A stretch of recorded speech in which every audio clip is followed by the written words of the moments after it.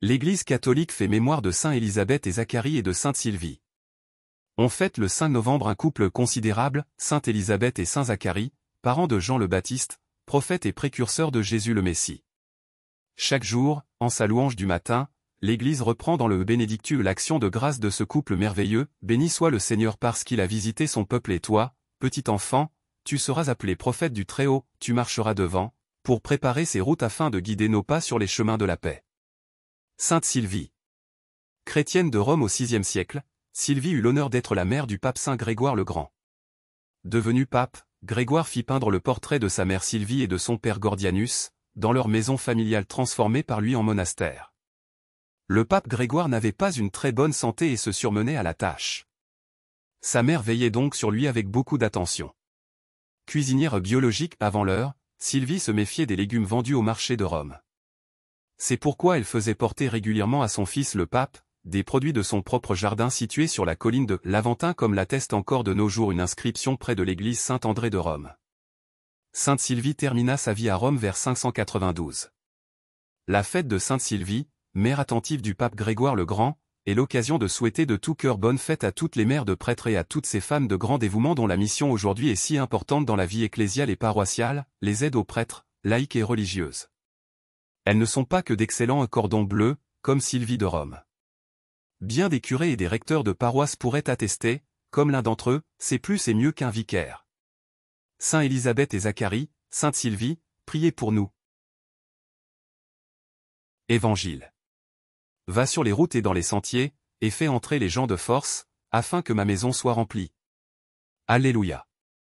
Alléluia. Venez à moi, vous tous qui peinez.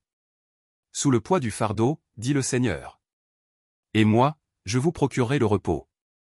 Alléluia. Évangile de Jésus-Christ selon saint Luc.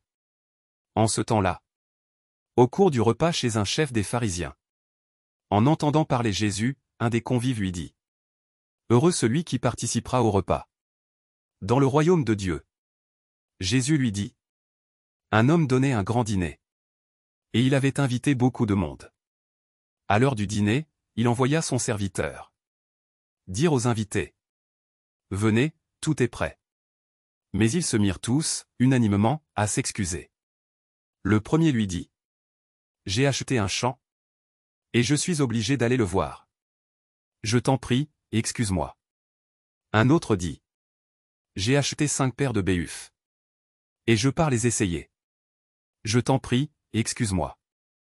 Un troisième dit : Je viens de me marier, et c'est pourquoi je ne peux pas venir. De retour, le serviteur rapporta ces paroles à son maître. Alors, pris de colère, le maître de maison dit à son serviteur : Dépêche-toi d'aller sur les places et dans les rues de la ville. Les pauvres, les estropiés, les aveugles et les boiteux. Amène-les ici. Le serviteur revint lui dire : Maître, ce que tu as ordonné est exécuté. Et il reste encore de la place. Le maître dit alors au serviteur : Va sur les routes et dans les sentiers, et fais entrer les gens de force, afin que ma maison soit remplie. Car, je vous le dis, aucun de ces hommes qui avaient été invités ne goûtera de mon dîner. Acclamons la parole de Dieu. Louange à toi Seigneur Jésus.